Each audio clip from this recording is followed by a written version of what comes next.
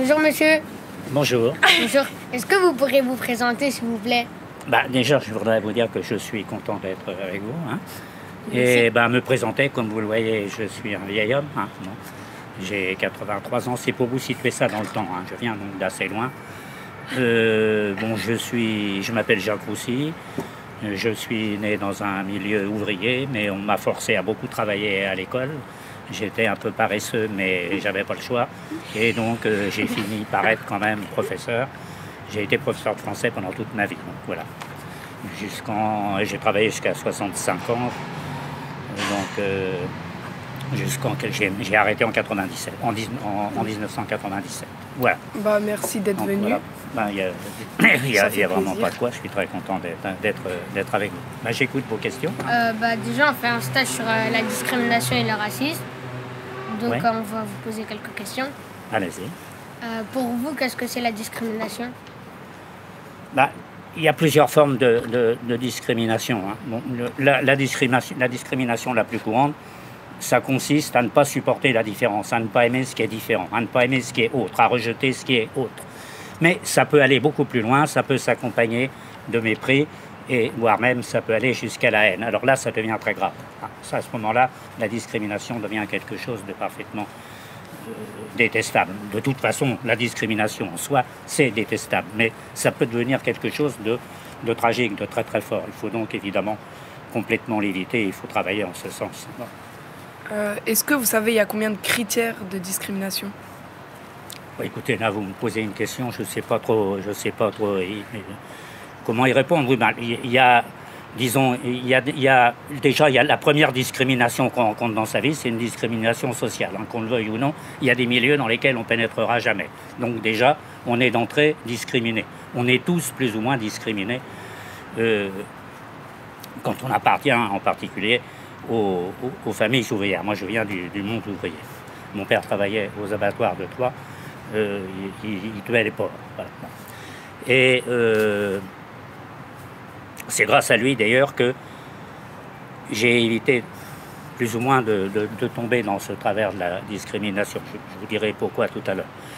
Mais les différents critères, il y a une discrimination, si vous voulez, déjà raciale. C'est un jaune, c'est un noir. Il y a eu longtemps une discrimination pseudo-scientifique. On a longtemps prétendu qu'il y avait des surhommes. Alors le noir était un sous-homme, le reste était des surhommes. Et parmi les sous-hommes, il y a eu longtemps, chez Hitler, dans le monde du nazisme, il y a eu longtemps la haine du juif en tant que juif. Non pas pour ce qu'il pouvait représenter, mais en tant que juif. Voilà. Vous avez entendu parler d'Hitler ou pas? Oui. Déjà à l'école, Oui. Donc je suis né, moi, en 1933, très belle année, puisque c'est elle qui a vu arriver au pouvoir Adolf Hitler. Bon, je plaisante, évidemment, vous l'avez compris. Bon. Voilà. Donc, il y a une discrimination sexuelle, le homme-femme, homosexuel, etc. Bon, il y a une quantité de discrimination. Moi, je suis pas spécialiste, mais malheureusement, on la découvre très, très, très, très souvent. Il y en a combien des critères, tu veux dire, à Jacques? Ah oui, il y en a 22. Et les critères auxquels il n'a pas pensé, il y a quoi dans ce qu'il n'a pas dit? Il y en a plein. Il y a par exemple les salaires entre les femmes et les hommes. Ouais. Il y a la taille. La taille, ouais. C'est les différentes formes de discrimination. Ouais. Ouais. L'habitation. Moi, je cherchais des critères, c'est pas tout à fait... Mais enfin, peu importe. Est-ce que pour vous, le racisme il est plus présent aujourd'hui qu'hier? C'est pas du tout le même genre de racisme. Il y a un racisme beaucoup plus virulent aujourd'hui. Mais, si vous voulez, il faut bien comprendre qu'à l'époque où j'ai vécu, moi, ça n'a rien à voir avec votre époque. Il n'y avait pas de télévision, il n'y avait pas d'ordinateur, on n'était pas submergé par les informations et on était uniquement formé, quand on était gamin, par l'école et quand on grandissait par les journaux et un peu par la radio. Donc on n'était pas informés. Donc un Italien, un Espagnol, pour ceux qui n'avaient pas la chance de... Il y avait très peu de gens qui voyageaient à cette époque-là. Seuls les gens fortunés voyageaient. En plus, je me suis élevé, moi, pendant la guerre. 5 ans au début de la guerre, en 1939, et j'avais 12 ans à la fin de la guerre. Hein. Donc, qu'est-ce que je voulais dire là? Je suis un peu perdu. Parce qu'il te demandait si tu trouvais qu'il y avait plus de racisme oui, donc, aujourd'hui qu'hier. À cette époque-là, c'était encore l'époque de la colonisation. La décolonisation est apparue à partir des années 52-53. Donc c'était encore l'époque de la colonisation. À l'école, on nous apprenait que la colonisation, c'était une bonne chose. On était allé en Afrique, on était allé en Asie pour éduquer des races qui étaient en retard sur notre civilisation. Donc on avalait ce genre de sornettes. Hein. Ce n'est que beaucoup plus tard qu'on a découvert qu'on nous avait enseigné, pour parler vulgairement, des conneries. Hein. Voilà. Il n'y a pas d'autre mot. C'est arrivé avec la décolonisation, justement, que les choses ont commencé à changer au niveau de l'éducation. C'est à partir des grands mouvements de décolonisation, c'est à partir aussi des grands mouvements des Afro-Américains. On en a parlé. C'est à partir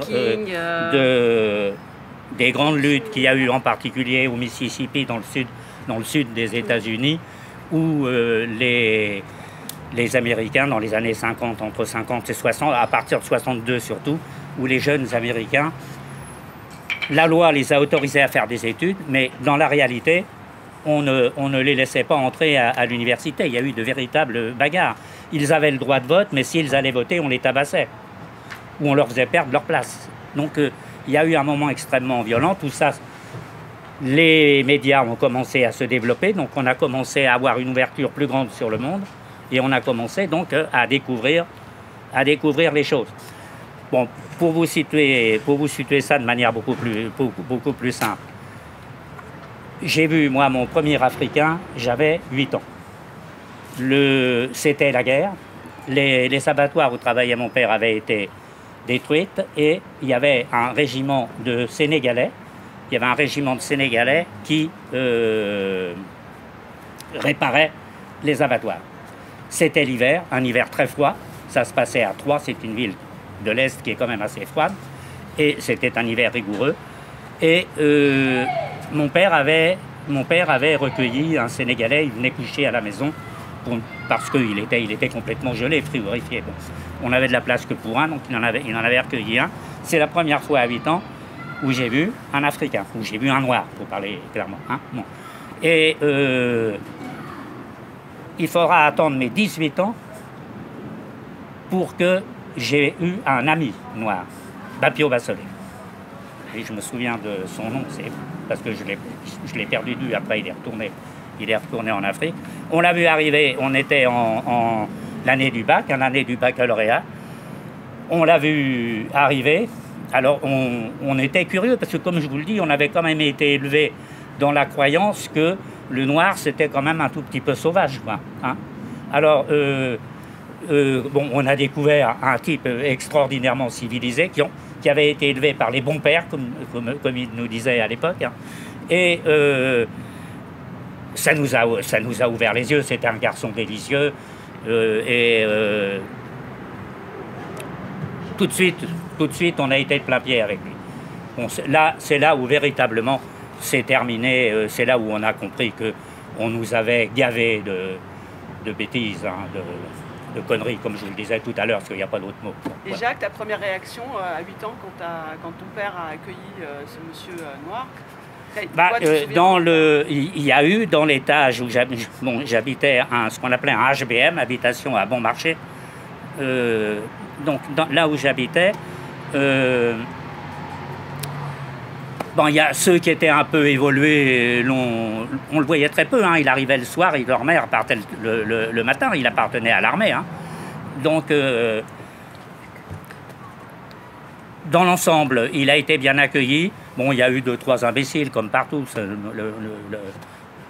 La connerie, c'est la chose la mieux partagée du monde, hein, c'est connu. Et c'est pour ça que tu disais que ton père avait joué un rôle important pour toi Parce que à 8 ans, j'ai vu de près un Sénégalais et j'ai commencé à comprendre là aussi qu'on était quand même loin des sauvages, ouais. Évidemment. Bon. Des bêtises. Donc que vous on sortait, à l'école, quoi. C'est ça que je voudrais que vous compreniez bien, on sortait d'une éducation dans laquelle on nous enseignait absolument que on était allé aider en Algérie, en Tunisie, au Maroc, en Afrique, en Asie. On était allé aider à se développer des populations qui ne l'étaient pas. Alors qu'en réalité, on est allé casser leur histoire et on est allé mettre fin à une civilisation qui n'était pas la nôtre, mais qui était la leur. Bon. Enfin, mettre fin, heureusement, on n'y a pas mis fin, mais on a essayé d'y mettre fin. Donc, oui, c'est cette expérience-là. Et puis ensuite, voilà, je vous dis, en 10 ans, de 8 ans à 17 ans, j'ai rencontré 2 Africains. Et c'est beaucoup plus tard que j'ai fait connaissance avec des Vietnamiens. Alors, à ce moment-là, j'étais surveillant pour payer mes études, j'étais surveillant. Et après la défaite de Dien Bien Phu, après la chute de l'Indochine, certains Indochinois, dans l'ensemble, c'était contrairement à l'immigration qui a suivi, c'était une immigration plutôt de gens assez fortunés. Hein. C'était ceux qui fuyaient le communisme. Non. Mais donc on les a vus arriver, et là c'est pareil, ça a été une découverte. T'avais quel âge là? Là, j'avais 21 ans. Et t'as pas répondu à la question, est-ce que tu trouves qu'il y a plus de racisme? Tu disais il est plus virulent aujourd'hui, tu peux leur expliquer? Il y a toujours eu du racisme, mais ce n'était pas un racisme qui attaquait, c'était pas un racisme évident. C'était un peu un racisme, je dirais pas du mépris, mais... l'ignorance caché, tu veux dire? Oui, c'était un racisme caché. On est quand même autre chose que ces nègres et que ces Chinois. Voilà. Mais sans le dire, quoi. C'était pas verbalisé. Ça se verbalisait. Ça se verbalisait. Si, ça s'exprimait. Ça se verbalisait pas, mais ça s'exprimait par des sourires, des sous-entendus. Mais tout le monde, je répète, tout le monde avait été nourri de ça. Hein. Et donc, est-ce que vous diriez finalement que le racisme, à cette époque-là, c'était, à travers notamment l'histoire, la colonisation, c'était quelque part quelque chose non pas de inné à l'être humain, mais finalement que ça rentrait dans une éducation officielle et que c'était pas finalement la faute des gens, mais que c'était parce qu'on, comme vous disiez, on l'inculquait aux personnes et que c'était finalement une éducation au racisme. Je sais pas. Si vous voulez, moi, à partir de 17-18 ans, je me suis engagé, à l'époque c'était quand même permis, hein, je me suis engagé dans le Parti communiste. Donc là, j'ai quand même découvert. C'est là où j'ai découvert quand même que ce qu'on appelle le racisme, c'est un pur produit du capital. Hein. Bon. Alors je ne veux pas repartir dans les théories marxistes, n'ayez pas peur, mais voilà. Non, mais c'est vrai que c'est une théorie, quoi. Je vous explique pourquoi je parle du capital. Il est évident que si on est allé en Afrique, si on est allé en Indochine, c'est pas pour leur enseigner je ne sais quoi. Il y a eu ça dans le détail, mais ça n'a aucune importance. Mais c'était pour faire de l'argent, pour faire du fric, de l'oseille. Bon. Est-ce que vous avez déjà subi du racisme ou des discriminations? Il est arrivé une chose curieuse à une amie. Ça se situe dans les années 62, 1962-1963. Elle était institutrice et c'était une maniaque de la propreté. C'est une vieille dame aujourd'hui, c'est toujours une maniaque de la propreté. C'était une maniaque de la propreté et il y avait 2 élèves tous les soirs qui restaient pour nettoyer un peu la salle. C'était le service, c'était 10 minutes, un quart d'heure. Et il y avait 2 frères noirs de la même famille qui étaient restés donc ce soir-là ensemble. Alors inutile de vous dire que cette dame n'était absolument pas, non seulement n'était pas raciste, c'était le contraire du racisme. Et elle était très bien avec eux, et elle était tellement bien avec eux qu'elle les laissait s'amuser. Ils avaient pris les serpillères et ils faisaient de la glissade sur le plancher. Le père est arrivé et il n'y a pas eu moyen de le convaincre. Il est resté persuadé que c'était un geste raciste. Il enlevait ses gamins de l'école. Est-ce que j'ai pas compris? Est-ce que vous pourriez 60 ans plus tard. Attends, elle n'a pas compris, Jennifer. J'ai pas compris l'histoire. Donc, ils ont pris les serpillères et elle les a laissés s'amuser. Ils ont glissé, ils ont joué à la glissade à plat ventre sur les serpillères. Le père est arrivé et il y a eu... il a dit mes fils sont noirs, donc, elle a essayé de s'expliquer. Elle a montré que tous les soirs il y en avait 2 qui restaient, que les 2 frères avaient voulu rester ensemble.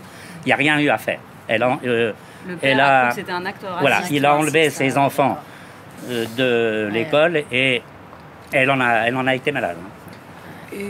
Et selon vous... Mais elle a parfaitement compris. Parce que précisément, il y avait toujours en 62 cette espèce de racisme latent, pas un racisme agressif comme aujourd'hui, mais un racisme latent, caché, hypocrite. Il y avait les représentations, quoi. Les représentations. Voilà. La femme blanche avec les 2... Voilà.